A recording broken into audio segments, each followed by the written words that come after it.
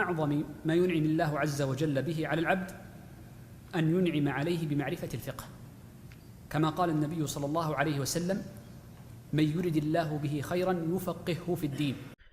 بسم الله الرحمن الرحيم. الحمد لله رب العالمين، وأشهد أن لا إله إلا الله، وأشهد أن محمدا عبده ورسوله صلى الله alayhi wa sallam. Donc après avoir vu les piliers de la prière, nous voyons aujourd'hui les obligations, que nous comptons au nombre de 8. Donc la première, sur laquelle on va un petit peu s'attarder, c'est le takbir de transition, ce qu'on appelle takbiratul intiqal, donc de transition. C'est bien pour ça que j'insiste sur ce mot-là, de transition. Donc c'est tous les takbirat, donc c'est tous les takbir, toutes les paroles, le fait de dire Allahu Akbar, qui n'est pas le takbir d'ouverture. Et pourquoi on insiste sur ce point-là? Parce que surtout aujourd'hui, à cause des microphones dans les mosquées, beaucoup d'imams vont faire le takbir de transition à un endroit qui n'est pas son endroit.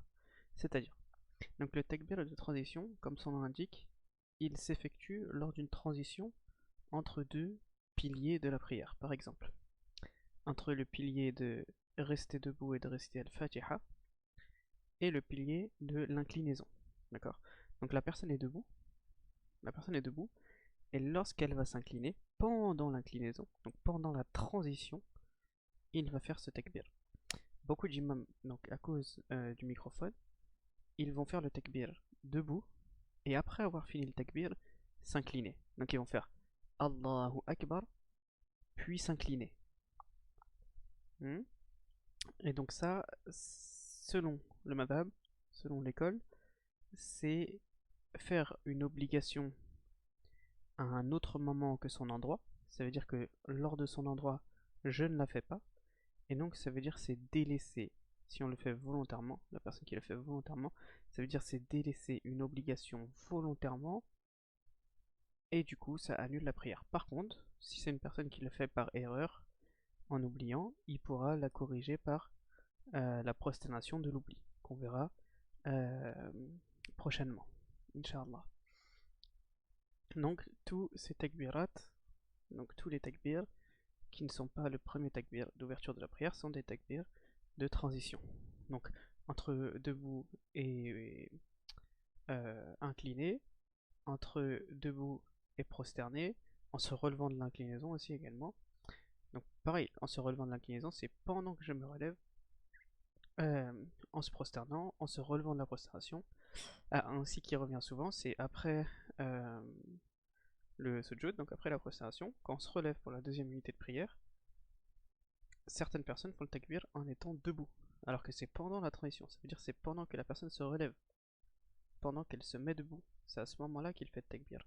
Il faut qu'il y ait au minimum une partie de ce takbir durant cette transition. S'il le commence pendant la transition et il le finit après qu'il soit totalement debout par exemple, il n'y a pas de problème, d'accord? Mais il faut qu'il y ait au moins une partie durant cette transition. Voilà. Ensuite on a at-tasmi'.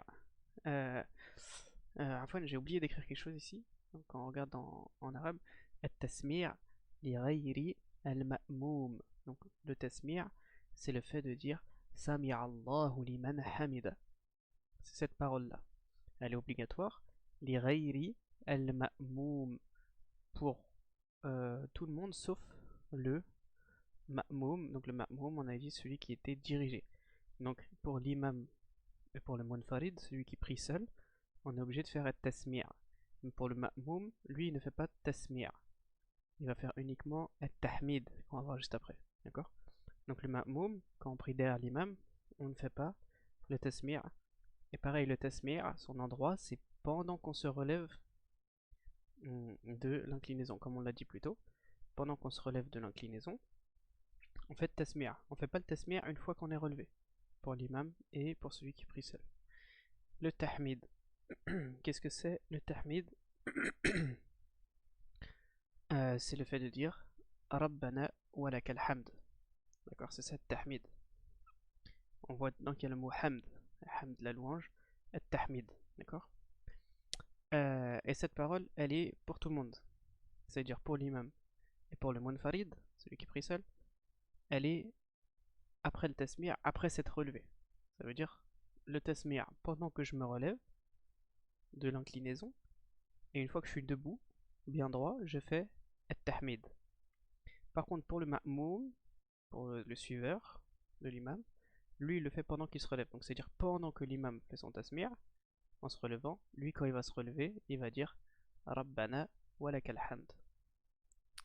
Voilà, donc ça c'est parole. Pareil, important de respecter euh, l'endroit des différentes paroles qui sont des obligations. Ensuite, on a le tasbih de l'inclinaison et le tasbih de la prosternation. Donc bien pendant l'inclinaison, une fois qu'on est incliné, et une fois qu'on est prosterné. D'accord? Pareil, il faut respecter leur endroit. Ensuite, la demande de pardon. La demande de pardon, c'est entre les deux prosternations. Hein? Rabbi Khfirli, entre les deux prosternation, en étant assis. Pareil, son endroit c'est lorsqu'on est assis. C'est pas pendant le mouvement, là c'est pendant qu'on est assis. Pendant le mouvement, qu'est-ce qu'on fait? On fait takbir. On est en sujoud, on se relève jusqu'à la position assise. Donc pendant cette transition, le takbir. Une fois arrivé assis, la demande de pardon. Ensuite, le premier tashahhud. Donc le premier tashahhud, c'est une obligation. D'accord? Dans toutes les prières qui ont deux tashahhud. Par contre, si c'est une prière qui a un seul tashahhud, on rentrera dans at-tashahhud al-akhir. Donc ça sera le dernier tashahhud. Donc ça sera là un pilier comme on l'a vu précédemment. Mais par exemple dans al-dhuhr ou al-asr ou al-maghrib ou al-isha, le premier tashahhud c'est une obligation. C'est-à-dire la personne qui l'oublie, par oubli, il pourra faire la prosternation de l'oubli. Et l'assise du premier tashahhud aussi également est une obligation. Et donc la différence entre les obligations et les arkan, donc les piliers, donc les obligations c'est le wajibat, les obligations al-arkan, les piliers, c'est que un pilier, si je ne le fais pas, je suis obligé de venir avec pour que ma prière soit valide. Alors qu'une obligation, si je l'oublie, je peux me prosterner, la prosternation de l'oubli, pour corriger entre guillemets cette prière. Et ça on le verra dans le chapitre de la prosternation de l'oubli qui arrive Inch'Allah assez rapidement. Je pense d'ici 4 cours environ. Donc voilà, alhamdoulilah, on a fini donc, les obligations. Et on continuera dans le cours prochain, Inch'Allah, avec les sunan, donc les actes recommandés. Alhamdulillah.